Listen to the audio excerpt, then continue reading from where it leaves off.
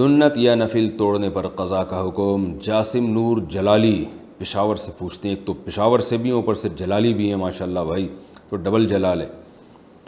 کہتے ہیں کہ اگر کوئی سنت یا نفل کی نیت کرے اور جماعت کھڑی ہو جائے اور وہ پہلی رکعت میں ہی سلام پھیر کر نماز میں شریک ہو جائے تو کیا اس پر سنت یا نفل کی قضا ہوگی یا نہیں ہوگی؟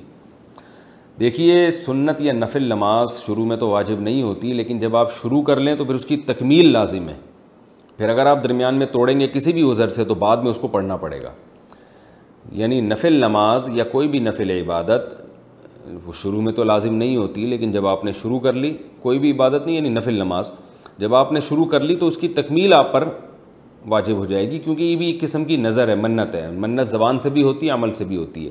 قرآن مجید میں اللہ کا ارشاد ہے وَأَتِمُّوا الْحَجَّ وَالْعُمْرَةَ لِلَّهِ، حج اور عمرے کو اللہ کے لیے مکمل کرو۔ تو دیکھیں، حج تو چلیں پہلے سے فرض ہے، لیکن عمرہ تو فرض نہیں ہے۔ لیکن آپ نہیں کرتے عمرہ، کوئی حرج نہیں ہے، لیکن جب آپ نے شروع کر لیا تو اللہ کہتے ہیں پھر اس کی تکمیل تمہیں کرنی پڑے گی۔ اسی طرح قرآن میں دوسری جگہ آتا ہے لَا تُبْطِلُوا أَعْمَالَكُمْ، اے ایمان والو اپنے عمل کو ضائع مت کرو۔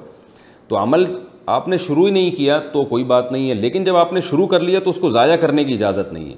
اسی وجہ سے ہم یہ کہتے ہیں کہ اگر کسی نے نفل روزہ نہیں رکھا تو کوئی گناہ نہیں ہے، لیکن رکھ کے اگر اس نے توڑ دیا تو اب اس کی قضا کرنا واجب ہو جائے گا، اسی دلائل کی وجہ سے کہ قرآن میں اللہ نے عمل کو ضائع کرنے سے منع کیا ہے۔ ایک عمل جب شروع کر لیا تو اس کی تکمیل آپ پر لازم ہے، اگر آپ تکمیل نہیں کریں گے تو دوبارہ سے اس کو کرنا پڑے گا آپ کو۔